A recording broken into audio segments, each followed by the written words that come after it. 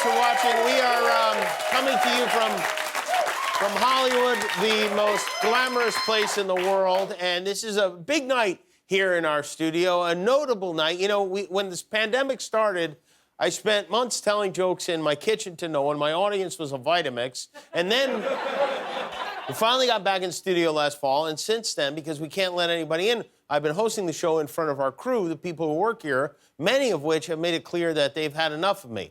Now, I've not been in front of a real audience for 427 days. We figured it out. But that streak ends tonight because even though we aren't allowed to fill the place yet, we did get permission to bring in one person. And so please welcome that one person, our first genuine studio audience member in 14 months. There he is right there.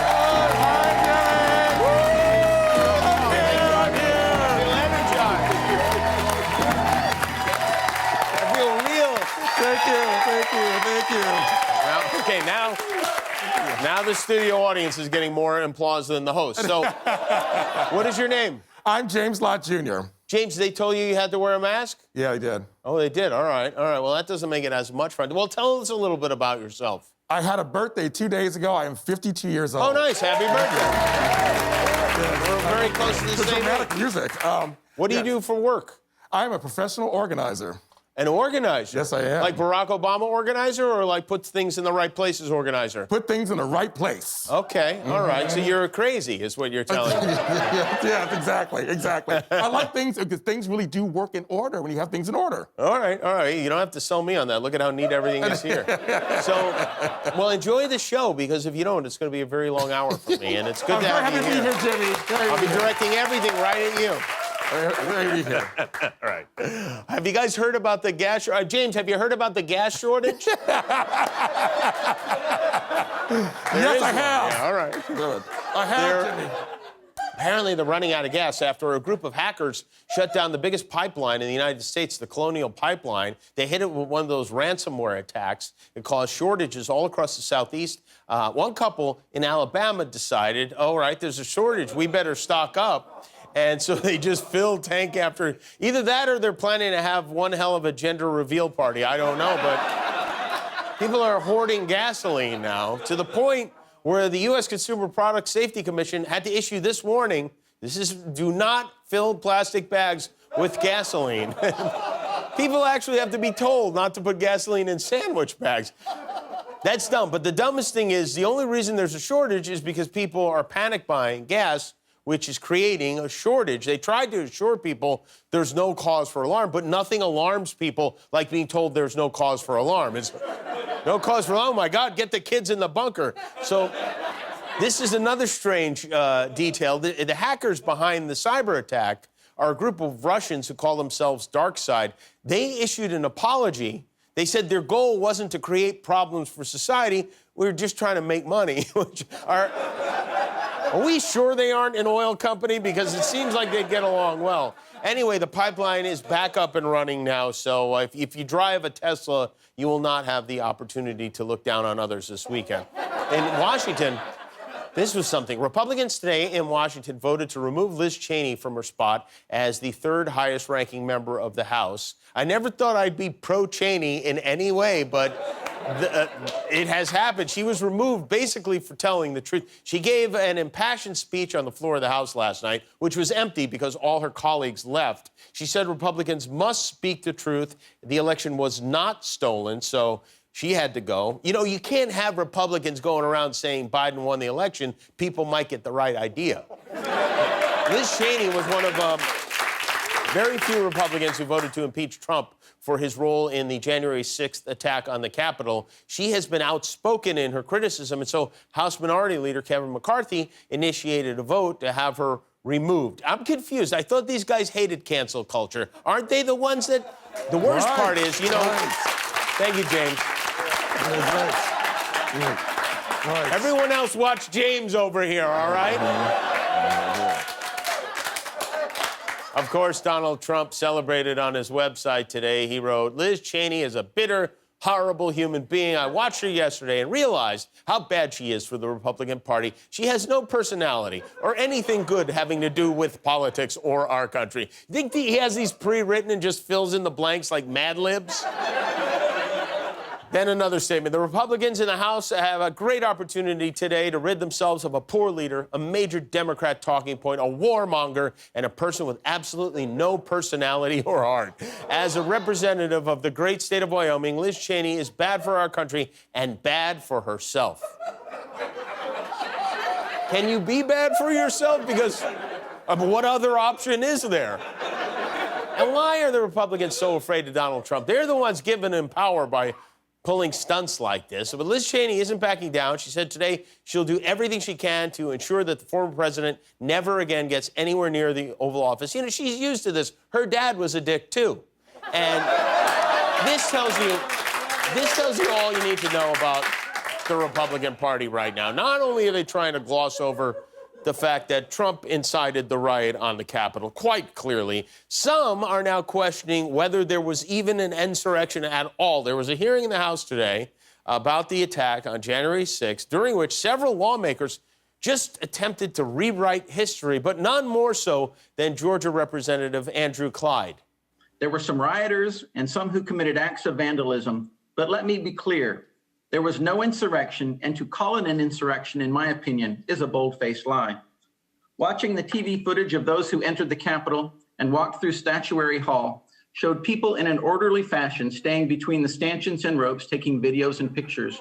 You know, if you didn't know the TV footage was a video from January the 6th, you would actually think it was a normal tourist visit. Says the man wearing a crossbody bag. Yeah, let's take another look at that normal tourist visit here. Right, yes. Just a normal visiting group of tourists crushing police officers and urinating on Nancy Pelosi's computer. Again, that was Andrew Clyde, an elected official who doesn't know the difference between terrorism and tourism. Maybe he just mispronounced it. I don't know. Here in California, Caitlyn Jenner is running for governor of our state. Last night, we shared a clip from CNN in which Caitlyn, who I guess doesn't want to admit she voted for Trump, told Dana Bash of CNN that she didn't vote in the election last year. She said she played golf instead. Well, it turns out they checked she did vote. Voting is a matter of public record. Politico dug it up, and she voted, which, what a weird thing to lie about, to say that you didn't vote when you did. Caitlyn was reportedly so embarrassed about the lie, she tried to hide in the women's bathroom, but no Republicans would let her in. So this is very sad. You know, TikTok, the social media platform all the kids love so much, they're testing out a program that will allow companies to recruit potential employees through their, which is weird. Can you imagine trying to get a job through TikTok? Hi, I'm Doug Lawson. I've worked in the aerospace industry for the last 13 years, most recently at McDonnell Douglas. And I'm a hard worker, committed, and dummy fit. Let's get this bread. Don't be a basic bitch, cause I'm not sus or cream. Don't call me a simp, cause hire me hits different, and that's no cat pimp. Yeet. Please hire me. I'm living in the back of my brother-in-law's t-shirt shop. Hi, I'm Doug Lawson. Oh, no, I think we got it, Doug. Thank you. All right. So, James, you see, what's happening is people are now trying to find jobs through TikTok. Any place you can go, get a job. And then we hired an actor to make that. Yes. What do you think so far? Are you enjoying the monologue? Very clever. Very clever. Thank you very much, James. James, I hope you don't mind me asking. You don't have to answer. You're vaccinated, right? I am fully vaccinated. Okay, good, because more than 150 million Americans have had one dose of the vaccine, but there are still plenty of us who need convincing. I'm not sure what it was about the last 14 months that didn't convince everyone, but nothing makes sense anymore. The idea that a year ago there would be anybody who didn't want the vaccine, as panicked as we were, is mind-boggling to me. So from time to time, we like to remind ourselves of what was with a look back at what was going on in the news exactly 1 year ago in another edition of This Week in COVID History. This week in COVID history. It's mid-May 2020, and America is hosting a grand reopening. We're opening and we're starting, and there's enthusiasm like I haven't seen in a long time. But surprise, surprise, Dr. Grouchy disagrees. I feel if that occurs, there is a real risk that you will trigger an outbreak. Why don't you clam up, Tony Baloney? Is Tony Fauci right about the science? Do we have any particular reason to think he is right? Yeah, what reason would we have to listen to this know-it-all? Oh, right. Well, who cares? The president knows why the numbers are up. The reason we have more cases is because we have more testing.